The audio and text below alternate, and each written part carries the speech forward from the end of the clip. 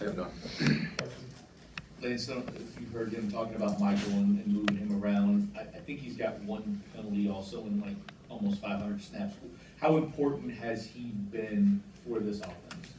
Yeah, he has been, he's played huge. He's played really big for us, played some critical situations and big minutes for us. And Coach mentioned it, a guy that we can move around, that we trust in multiple positions. And with the injuries that we've had up front and just offensively, that's been critical for him to help this offense in different ways. And I think people forget how different it is to play left tackle as opposed to left guard, and then move over and play right tackle or right guard. And to be able to play all four of those positions, you have to know all four of those really well, and he does a nice job, mentally handling all those things, and he's done a great job handling all those and playing really well for us, which gives us some freedom and flexibility up front. Lance, Coach called them deceptive plays. You guys ran a couple of trick plays in the win. How much is that becoming a part of the offense? We've seen that a little bit more recently.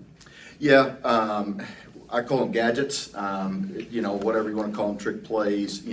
Our guys love them. We have them up each and every week. I think, the flow of the game and also the defense dictates where and when you call them. If you call them, sometimes we've worked a couple of those plays that we've run the last couple of weeks. We've repped them, 3 or 4 weeks or since the beginning of the season in training camp. And so, we kind of have an area on our call sheet that, we have a package of those plays and we carry them each and every week. And sometimes you get them dialed up, sometimes you don't, but our players love them. They feed off of them. They have, they're kind of fun plays, but they're huge momentum plays and they're impact plays, and love when Coach, gets them called and we execute them.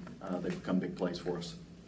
Lance, obviously at various points of the year, there have been times where the red zone offense has been kind of up and down, or the offense has kind of struggled to respond to the defense making a big play. And even though in that Wake Forest game, there were a couple of stall drives early. In that third quarter, you guys were able to respond to almost every single big play the defense made. How much confidence does that give for your group as a whole, knowing that you were actually able to capitalize on big plays by the other side of the line of scrimmage and capitalize on that momentum going forward?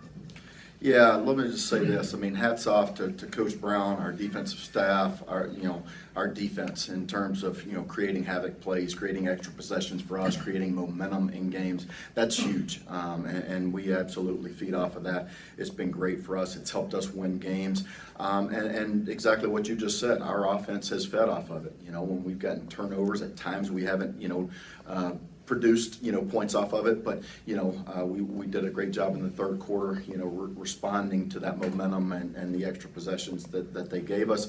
They've done an excellent job.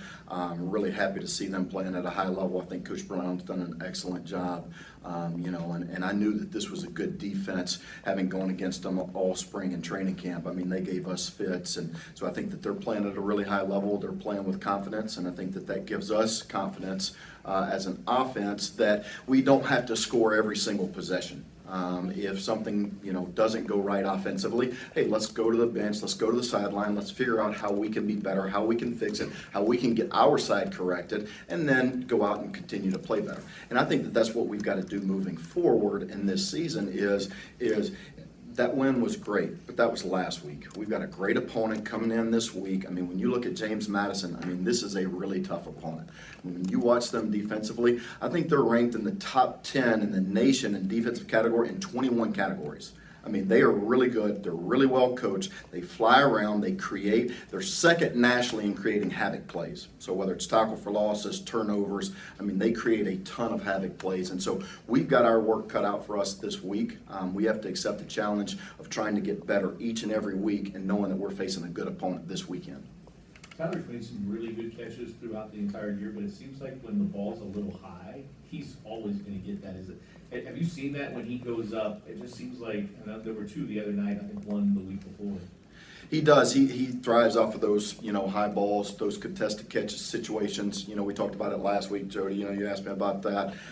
Just contested catches, and he's got great body control with the ball in the air. He goes up. He's like a basketball player. He can go rebound the ball at the highest point, and that's what you have to do, when the ball is up in the air. But he really likes the ball when it's elevated. Him and Malik have worked on that, and we talk about that in practice. Actually, we have a period in practice where we're just throwing on air, and he wants the ball elevated, and Malik's, working on throwing the ball and, him being able to have great balance and body control and go up and, snatch the ball out of the air. And so I think, his, background as a basketball player and, all the things that he does, allows him to go up and find the ball and have a big catch radius. Just Lance, piggybacking off of that, what more do you need to see from Tyler to kind of be a little more reliable and just be that go-to guy, I guess, from the league? Yeah, I think he's done a great job of, when his number is called, maximizing his opportunities, but continuing to do that, continuing to create separation down the field. He had one opportunity on the third down where it was a bang-bang play, we throw, we call a stop route on third and I think 8 or 9, and, it's bang-bang, kind of getting held at the top of the route, but it's one of those catches that he normally makes, and I expect him to make it, he expects himself to make it, and so I think continuing to make those plays continues to give not only Malik confidence to throw him the ball, but also us confidence to put him in those situations and then call plays to get him the ball when the game's on the line or in those critical situations. So continuing to do those things. Back to the gadget plays, Braden Smith, for example, is now 3 for 3 throwing the ball. Obviously, teams are seeing this, they're catching on to that. How can you still disguise that or do something off that keeps that kind of play being effective?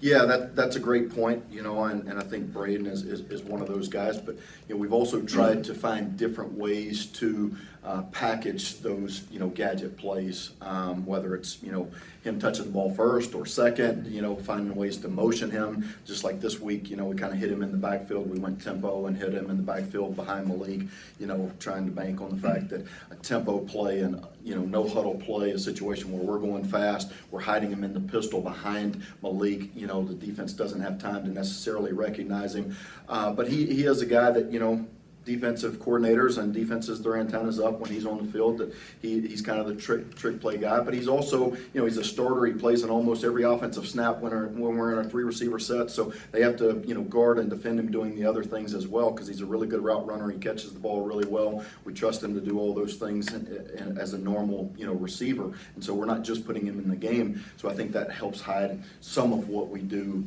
to complement those gadget plays. That's it. Thanks, guys.